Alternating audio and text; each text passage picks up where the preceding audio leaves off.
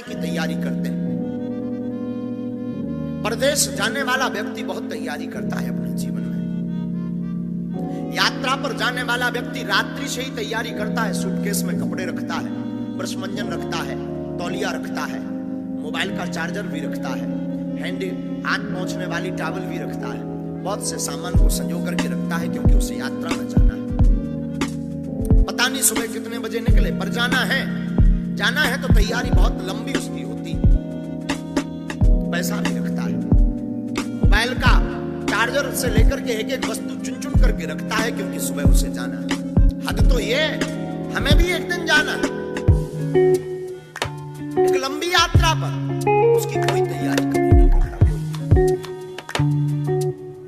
बात तो ये है, इस यात्रा में जाने वाला व्यक्ति, अपने प्रदेश जाने वाला व्यक्ति कुछ सामान तो वहां से ले सकता है, पर जिस यात्रा में एक दिन हमको जाना है उसमें सामान कुछ मिलता है। लोग कहते हैं मरने के बाद कुछ भी साथ में नहीं जाता। शायद झूठ बोला होगा उन लोगों। मरने के बाद भी 4 चीजें साथ में जाती हैं। मरने के बाद भी 4 चीजें साथ में जाती। एक, संचित कर्म, आपने जो कर्म किए वो साथ लेकर के जाता है जी। दूसरा, स्मृति, ये संसार की स्मरण, संसार के पति पत्नी नाते स्मरण ही तो होता है उसमें। पहला संचित कर्म, दूसरा स्मृति, तीसरा साथ में जाने वाली चीजें वो है जागृति। कितना जागता है, उसके आगे फिर यात्रा करता है। इसको ऐसे समझो। कई बार हमने देखा नन्हा सा बालक ऐसी ऐसी बड़ी बड़ी बातें बोलता जो कभी उसने पढ़ी नहीं, कभी उसने सुनी नहीं। हम चौंक जाते हैं कि ये इतना ज्ञानी कैसे हो गया, इसको इतना अनुभव कैसे हो गया। इस जमाने का उसका अनुभव नहीं है, उसका पूर्व जन्म का अनुभव है। यात्रा किसी कारणवश पूर्ण हो गई होगी, उसने दूसरा जन्म लिया और फिर से स्टार्ट कर दिया। जैसे शाम के समय कोई दर्जी कपड़ा काट करके रख चुका हो सिलने के लिए, उसे तैयार करने के लिए, लेकिन तब तक उसकी दुकान बंद होने का समय आ गया हो, तो उसने दुकान के पट बंद किए। रात को अपने घर गया, सोया आराम से। उसकी सुबह हुई, अब वो सुबह आया और आकर के उसने सबसे पहले वही कपड़ा उठाया जो कल रात को काट करके रखा था। आगे की उसे तैयारी करनी थी, उसे कपड़े का कुर्ता बनाना था। उसने झट से 30 मिनट में वो बना दिया, क्योंकि आधा काम वो कल निपटा चुका था, आधा काम बाकी था, सुबह आकर के पूर्ण कर दिया। और उसका मतलब ये नहीं कि उसने एक दिन में किया, दोनों समय में, कुछ रात का कुछ सुबह का। ऐसे ही हमारी जिंदगी है, कुछ पूर्व जन्म का कर्म होता है, कुछ इस जन्म का कर्म होता है, दोनों मिल जाते हैं, जागृति हो जाती है और परमात्मा का मिलन हो जाता है।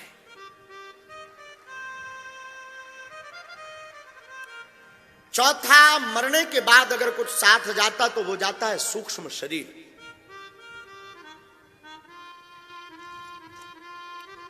बस एक निवेदन करूं, जीवन व्यर्थ गवाना भी मृत्यु है, जीवन में सोना भी मृत्यु है। आप सोना 2 प्रकार का होता है, एक नींद का सोना होता है, एक खुली हुई आंखों में सोना होता है। आपकी अगर आंख खुल गई और आंख खुलने के बाद भी अपनी इन आंखों से संतों के दर्शन नहीं किए, इन आंखों से आपने भगवान दर्शन की जिज्ञासा नहीं जगी, इन नेत्रों में भगवान के दर्शन का भाव नहीं जगा, तब भी आप सो रहे हो, तब भी आप नींद के आगोश में हो, तब भी आप गहरी निद्रा में हो। मौत भी एक प्रकार की नहीं होती, मृत्यु 101 प्रकार की होती है। हद तो यह है, मरना सबको है, मरना कोई नहीं चाहता, कोई नहीं चाहता मैं मरूं। मरते समय भी वो प्रयोजन करता है कि मैं बच जाऊं, और उसे यह भी पता है कि मरना है। हमें लगता कि अभी बहुत जिंदगी हमारी बाकी है, ये भूल है हमारी। हमें लगता बहुत समय है हमारे पास, ये भूल है हमारी। हमें लगता वो मर गया, उसका समय आ गया था, हमारा नहीं आया, ये भूल है हमारी। कोई ठिकाना नहीं है आपका, आपके पास बहुत ज्यादा समय नहीं है, आपके पास बहुत ज्यादा व्यवस्था नहीं है। आप अपनी मृत्यु को महोत्सव में मनाना चाहते हो, आप अपनी मृत्यु को संवारना चाहते हो, आप अगर अपनी मृत्यु में जीना चाहते हो, आप अपनी मौत को अपनी भर आंखों में देखना चाहते हो, तो आज से ही तैयारी प्रारंभ कर दो कि हमें कल मरना है, मरेंगे पर आज माला नहीं छोड़ेंगे। कल जो होगा सो होगा। कभी कभी हमें चंगीलाल की कथा बड़ी याद आती है। अपने जमाने का एक चंगीलाल था। चंगीलाल नाम का आदमी बहुत बुद्धिमान था, इतना बुद्धिमान था कि वो मरा तो गांव के लोग घर वाले मरते समय सामने आए। गीता का पाठ, वही पुरानी प्रकल्प, गीता का पाठ, मुख में गंगा जल, तुलसी का डालना। छोटे छोटे बच्चे उसके बड़े बड़े हो गए थे, डॉक्टर बन गए थे, कोई विदेशों में रहने लगे थे, वो भी आए पिता के मरने पर। चंगीलाल अपने जमाने का अमीर आदमी हो गया था। मरते मरते प्राण आपने सुना होगा कि कभी मुख से निकलते हैं, तो कभी आंखों से निकलते हैं, तो कभी कानों से निकलते हैं। चंगीलाल के जो प्राण निकले वो मुख से निकले।